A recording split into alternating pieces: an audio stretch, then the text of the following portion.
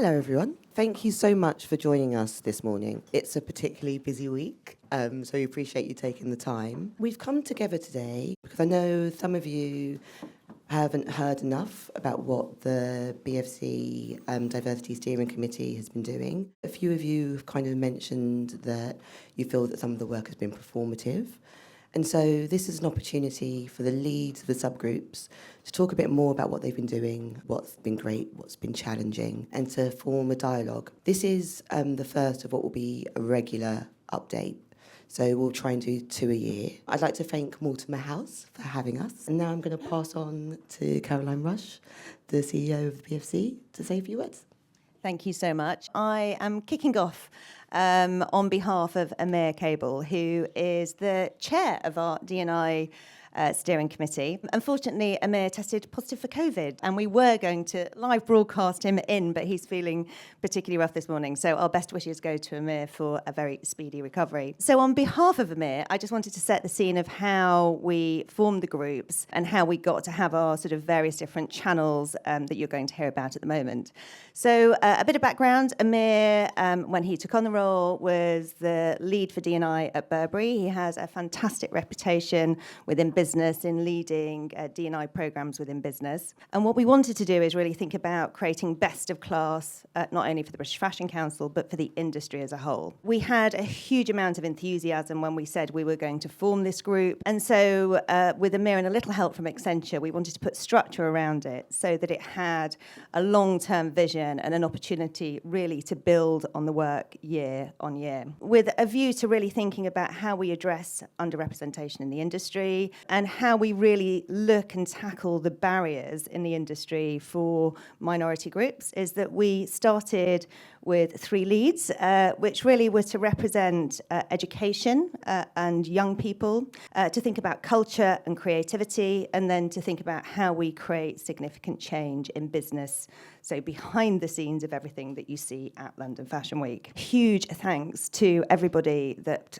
joined the panel today, but also that have joined the working groups, because they have done it in their own time, they've done it pro bono, and it took a little while. If you think back to, it was September 2020 when we started and kicked off this work, and we were all working remotely via Zoom. A lot of people didn't necessarily work together before, so it took a little while to get into the rhythm. But there's been fantastic work that has been done. So huge thank you to you all. I'm going to pass back to Charlene, and I will come back to you when they've all updated you. Thanks so much. Okay, so I'm going to introduce the panel. So first of all, I'm Charlene Brembert, and I am the co-lead on the communication subgroup of the steering committee.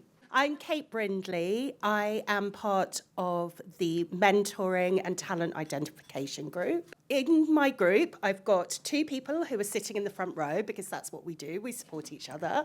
So Evie Hutton, who is the membership director of the British Fashion Council, and Katie Rawle, who is the business development manager.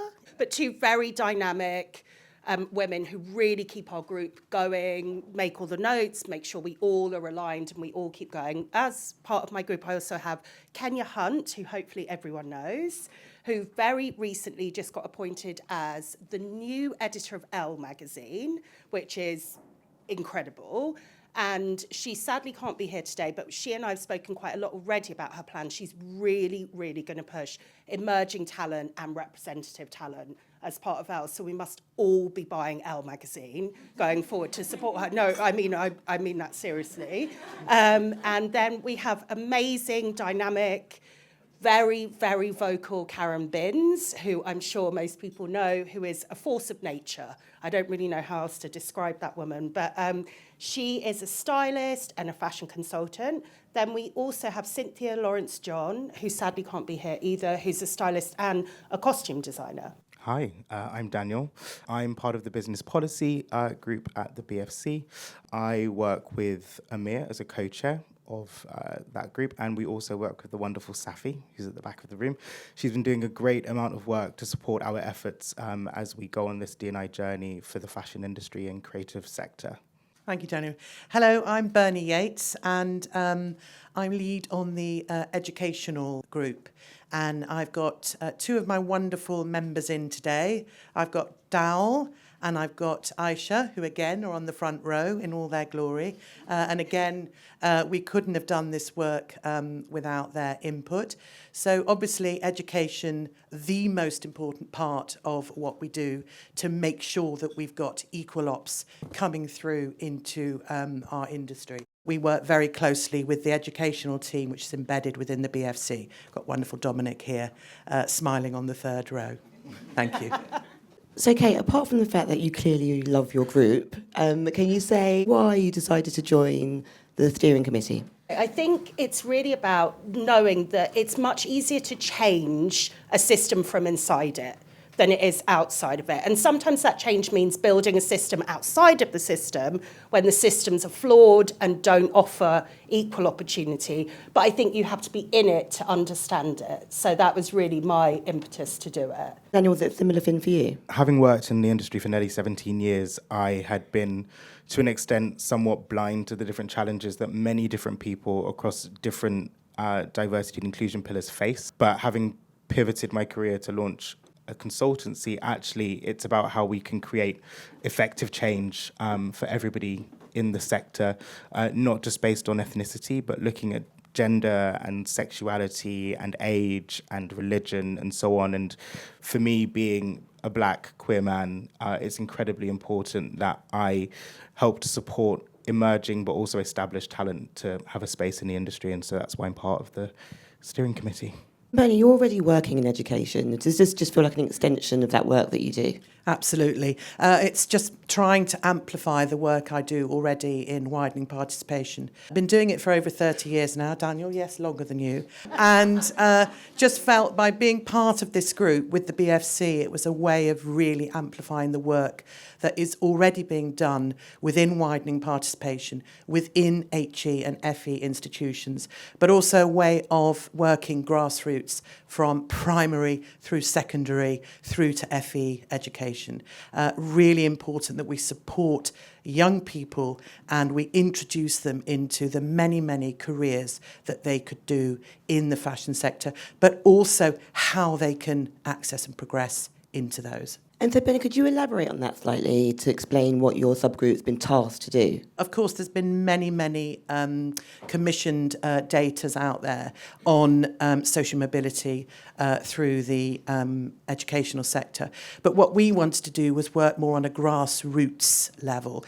So we started more locally in London. Myself and the team, Dal was a great advocate of this, where we designed a questionnaire that we took locally and into schools. We spoke to young people and their families. We've done intensive work around working with school art teachers' networks, which we then took outside of the UK, because again, I feel very, very strongly about the fact that we need to be doing this not just in London, but across the UK. So in line with the government's Levelling Up programme. So we're doing a lot of work now, scoping work with teacher networks outside of London, with FE colleges, with HE colleges, with community grassroots organisations, how we can join up this work, how we can implement career advice and opportunities into the lower end of the educational sector. Okay, and Daniel, I suppose if that's coming from the bottom up, would you say your work with business is kind of coming from the top down? Business has such an impact on the industry, obviously, and it's looking at the inner workings of organisations and understanding about the culture and how we can influence it and change it to create more space for diverse individuals. So I think across all of our pillars, we do look at data. Our data is more about the internal teams and actually how they feel about business and trying to impact it from that standing point. And then, Kate, I didn't even do this on purpose, but yours seems to cross over with both of the groups, right? Yeah, it really does. So we've been looking at barriers to entry to the fashion system, the whole fashion system, but particularly to the British Fashion Council run systems, and barriers to progression. So we've been speaking to people at different stages in different roles who come from different, like essentially non-white backgrounds, and looking at what issues they've faced. Some are things that would seem quite obvious to most people in this room. Some not took us by surprise, but I think I came up as a more important thing than perhaps we would have initially thought. And so we worked with those. And we did that by interviewing, like I said, and just by kind of having quite fluid conversations, because these interviews take you, as we all know, when we do things like this, you start somewhere and it really takes you on a journey. Also, something that came up that I know Karen and I particularly had was a lot of people didn't feel comfortable speaking about some of the experiences they had. So for me in particular, I feel like there's a lot of work to do there as to why people still don't feel comfortable and what we can do, what the BFC can do, but what we can all do to create an environment where people are able to talk about the issues they're having and feel like they're going to be listened to, most importantly, and supported. What were some of those surprising points that you mentioned? I think for a lot of things, and I'm sure for a lot of you this would be different for you, but just to give you a little bit of background as to why it might feel different to me, I am adopted by a white family and was raised, I guess, in quite a white way. So when I was speaking to people, a lot of them felt like their parents were very discouraging of them going into the creative industries. They felt like it wasn't safe in terms of like career progression, in terms of financial. We read a lot about how fashion can be very challenging to run, to sustain, to kind of remain within. So I knew that those things existed, but I didn't realise how much pressure from families, not just your parents, but your wider family, your siblings, a lot of people face coming into the fashion industry. It wasn't seen as a legitimate job in the way that something like being a lawyer or a doctor was. So I found that interesting, not so much that statement, but how to kind of work solutions around that, I think was really interesting to me. My uncle still asks me if I'm going to be a doctor. Oh, right. Every Well, time there I you see go. him. Yeah. Yeah. Okay. And also, I think people just not understanding what any of the roles are. Yeah. So, not seeing the legitimacy in them. So, Daniel, now that we've kind of more than a year in, what are you doing that you're kind of most excited about within the subgroup? We're going to be launching industry standard benchmarking and indexing platform, which hasn't been done in the fashion industry before. We have particular nuances in our space.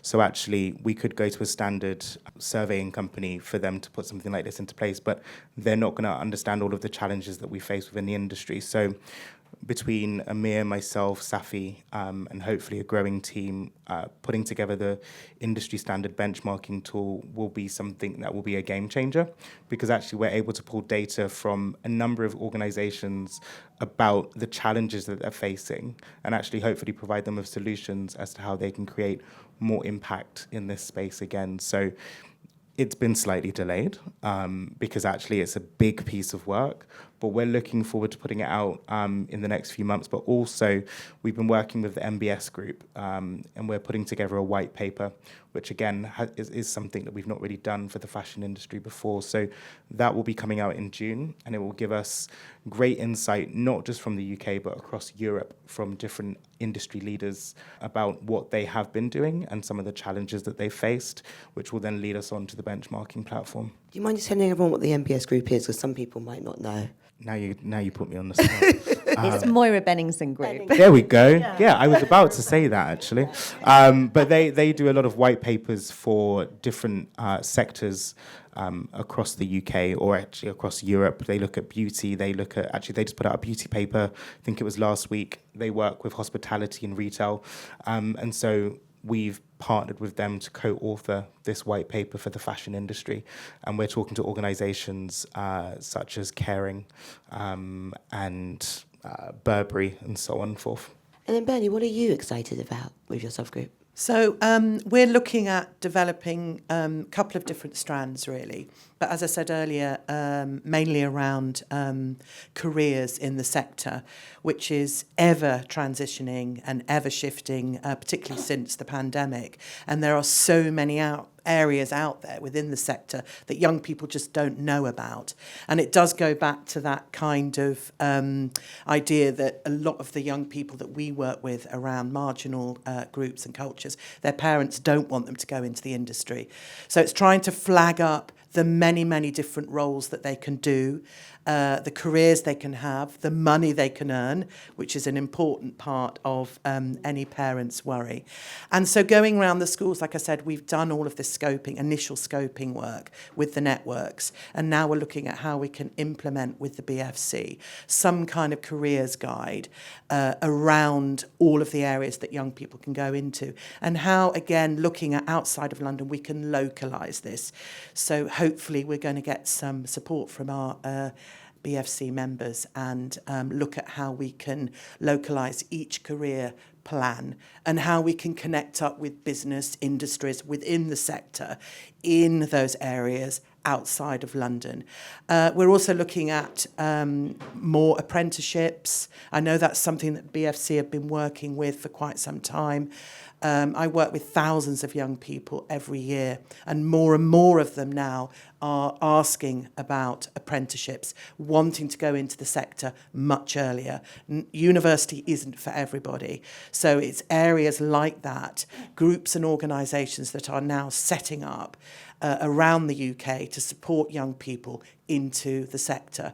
So it'll be working with them, how we can champion them, and how we can get more aspirations and careers advisors into schools. And Kate, you spoke about some of the amazing insight work that you've done. From those insights, what are you most excited about? Personally, I'm really excited about a lot of the work that Katie and Evie are actually leading, where we are unearthing more grassroots organisations to connect to, especially in the mentoring space. Something that came up from all the interviews we did, and I'm sure something that a lot of us have experienced, is that if you're mentored by the right person, it's life-changing. Not just for the mentee, but for the mentor too. It gives you both a really unique connection to each other, a unique insight into what's needed, and a very tangible kind of path.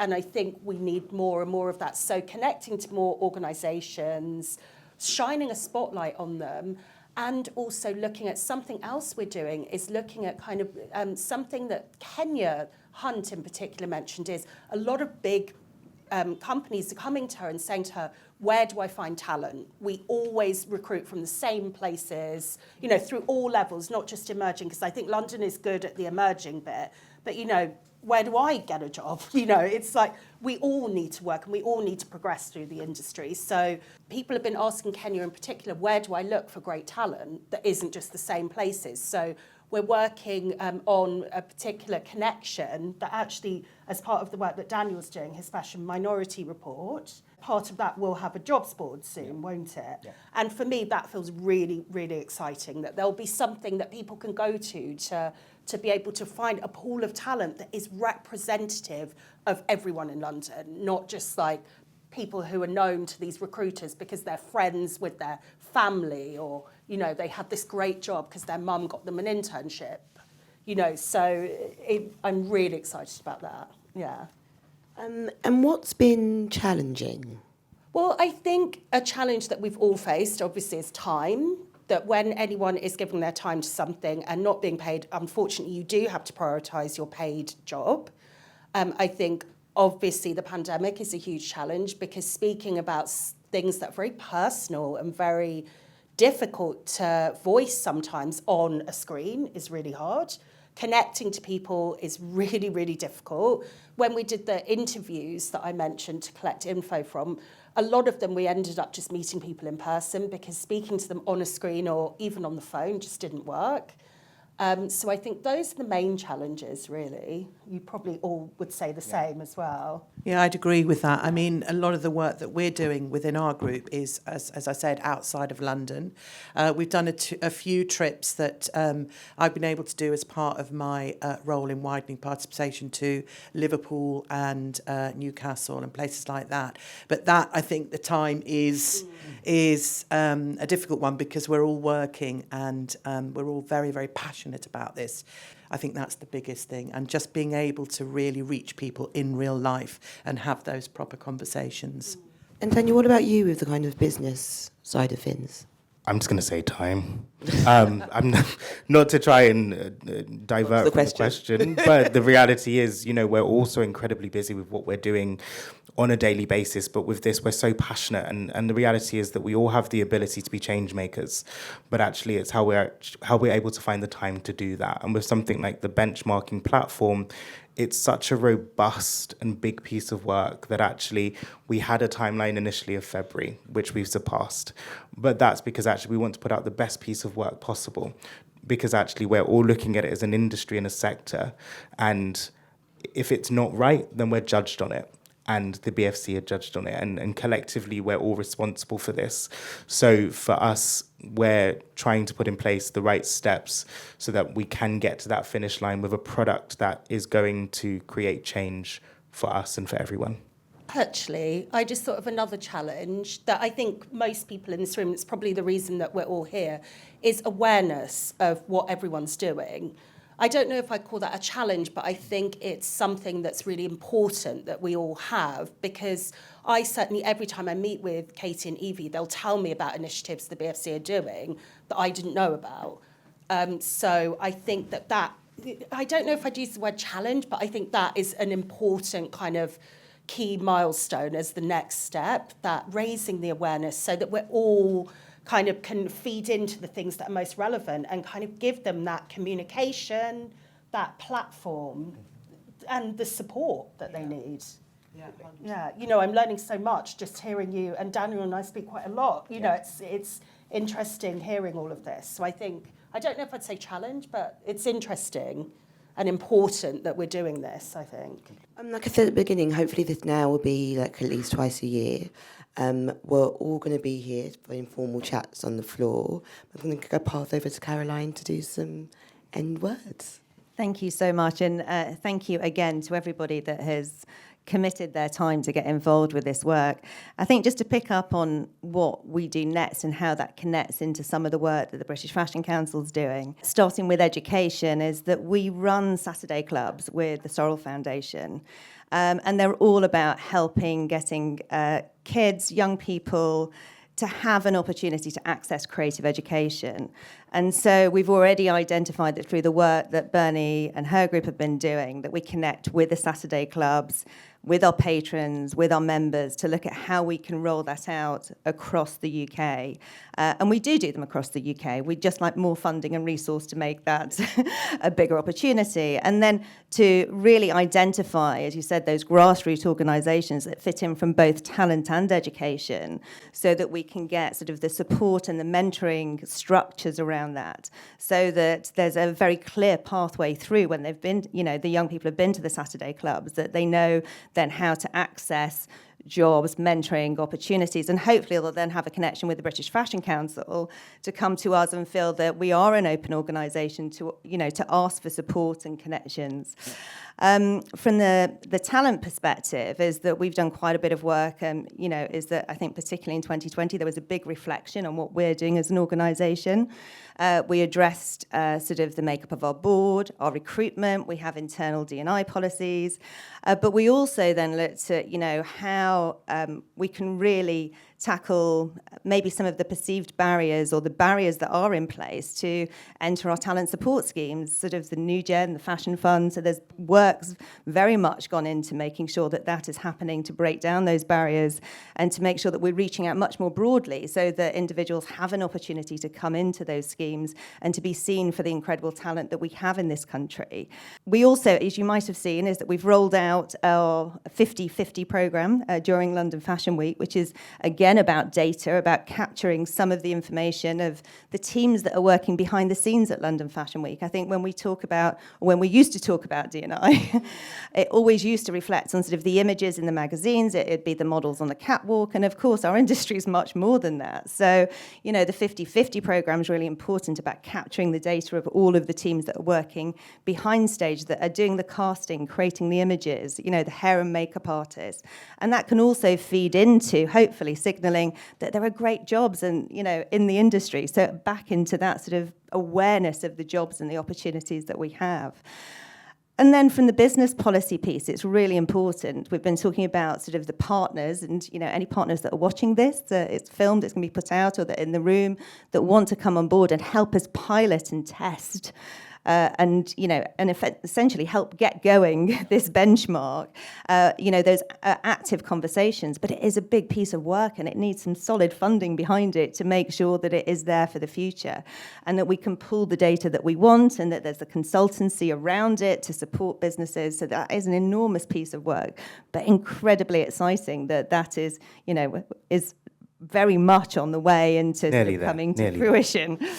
And so that, the role of the British Fashion Council then is how do we embed that within businesses? How do we get our patrons on board? How do we get the international fashion houses and brands to sort of buy into that? So that is a big piece of work that needs to be done as well. And of course is then from the communication, I'm going to throw back at you now, is that the communications group is very important in making sure that, as you said, that we're communicating about what is happening, but also that you are there to reflect and challenge us on maybe, what we could do better. So, and you've been a great support in terms of the communications group of helping make sure that we are communicating in the right way. It's part of the reason why we're sat here today to do an update, but to really make sure as well that you're feeding through, some of the challenges that you're hearing about the work that the British Fashion Council is doing, because only when we hear them can we think about addressing them. So the plan is to bring this work together is that we're going to sort of really focus on what needs to be done in the next year so that when we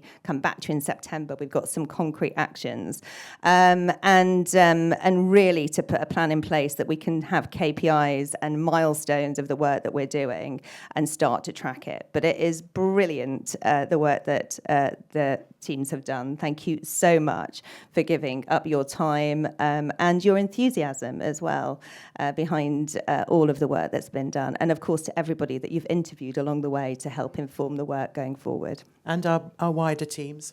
Exactly, to the wider team, yes, is that beyond sort of all of these here is that there are wider teams helping behind the scenes. So thank you so much. Thank you for being here. As I was going to hand back to Charlene to do final close. Thank you again. That we're all going to be on the floor, so please stay. We'd love to hear from you, any questions you have, any thoughts you've had on what we've said today, and looking forward to seeing you next time. Thank you so much, everybody.